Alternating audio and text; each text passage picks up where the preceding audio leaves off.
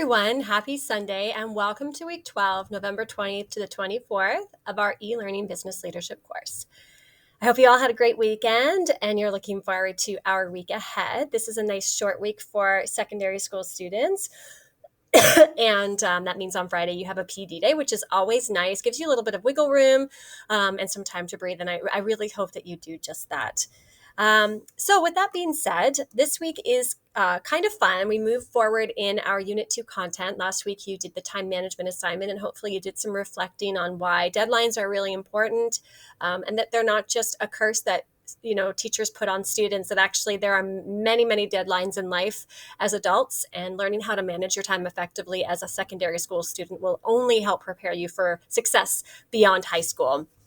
So with that being said, we jump further into content this week, and it's a great week. We're actually starting to talk about motivation. So again, talking about relatable concepts, things that we can all relate to, motivation and stress. I mean, come on, right? These are things that we can definitely relate to. With that in mind, we're going to jump back into our blogs this week and continue to do some reflective work. Before we do that, though, we have to learn. So we're going to do our reading this week on motivation.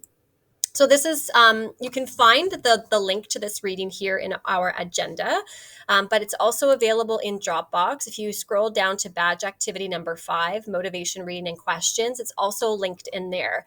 And with all readings, I always provide guided questions for you. The guided questions are just giving you an idea of what the most important concepts are from this section of the course. So again, really, there's a lot of theoretical knowledge that's expected of you to understand, again, conceptually and from an inquiry-based perspective in this business leadership course. So in this case, there are many different theories of motivation. So we've talked about management theories in the first unit.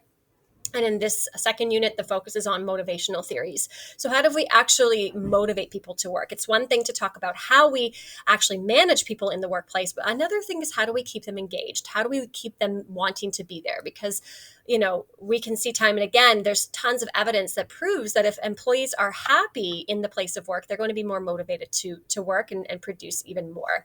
So I've given you some guided questions here. So you'll make a copy of this document. Again, it is available in Dropbox for you. Make a copy of the document, share it with me, and then copy the link as your submission. And these are guided questions just to give you an idea of the different types of theories that I want you to understand and then apply to anything that we do moving forward in the course. Okay. So that specifically applies to our assignments from this week. So once you've done that written work and that theoretical work, you're going to submit that to Dropbox, and that's due on Monday as always. So that's Monday, November 27th at 8 a.m. And then you're going to turn back to your blog, and you have 2 blog entries for this week. So blog post number 6 has you reflect on a video, a TED Talk video called The Psychology of Self-Motivation. So it's again looking at the psychology of motivation in general, what motivates us on an individual level, but it also looks at more critically at self-motivation. So what gets you moving? What motivates you throughout your day when you have that voice in your head of like, I just can't do anything else? I mean, even as like an adult outside of the work environment, I have times where I'm just so exhausted from my day, and it's like I get home and I need to feed my child, and it's like I just want to order takeout, but I know it's not healthy. So what gets me from that feeling of like, we're just going to eat garbage to, no, I'm going to make a healthy, nutritious meal. Like, what is that gets me to that place? So it gives you an opportunity to reflect on that. Okay. So you're going to watch this TED Talk, and then you're going to create a blog entry about the following questions. So again, what the leading question here is, what motivates you to complete an assignment that you don't find interesting? I always find it funny when students say like, I don't know, I just don't care. Like, I don't find it interesting. I'm like, well, I don't find it interesting to pay my bills on time, but it is what it is. So, that's not a good reason not to do something, right? It's sure, I get it. But at the end of the day, there's a whole lot of stuff in life outside of academics that you're not going to find interesting, like cleaning your house or taking out the garbage. But you have to do these things, and you have to be able to balance that within all of the other expectations in your life. So what motivates you to complete an assignment that you don't find interesting? That's the first reflective question. And then based on the video, you're going to answer the other questions here. Okay, so again, the cookie poem, and this is going to come back in other things in the future. I do find students making connections to this video as an example on their future final examination. Okay, so make sure that you really understand that and you're making connections to the reading as well as the video. That's the 6th blog entry. The 7th blog entry is actually based on a whole bunch of personality assessments. Now, you may have done this in grade 10 careers or in another course in the past, but it's always good to kind of do these again. And as you get older, you may actually find that your feelings or your actual quiz results change it because our personalities change over time based on experience. So you're going to read the lesson content on individual behavior. You're going to go through that and take notes.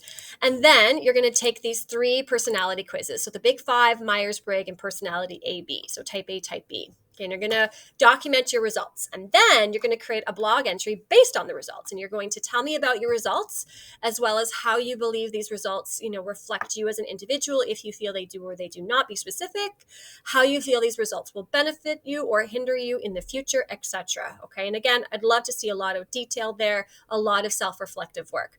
You may also find that the results don't necessarily vibe with how you feel for yourself, and that's also okay. So by this point, once you get these 2 blog entries done, your blog should have 7 entries plus your About Me section. You are more than invited to continuously upgrade your blog by adding more detail, by adding some different colors or video in your About Me section or whatever it may be. But by now, at the end of this week, you should have 7 detailed blog entries that connect to the curriculum, etc. Okay, and obviously your own personal experiences.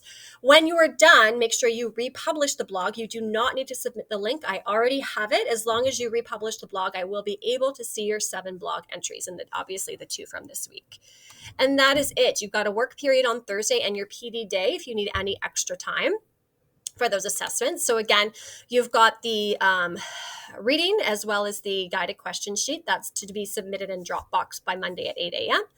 You've got the 2 blog entries based on the TED Talk Psychology of Self-Motivation, the lesson on individual behavior, and the 3 personality quiz assessments.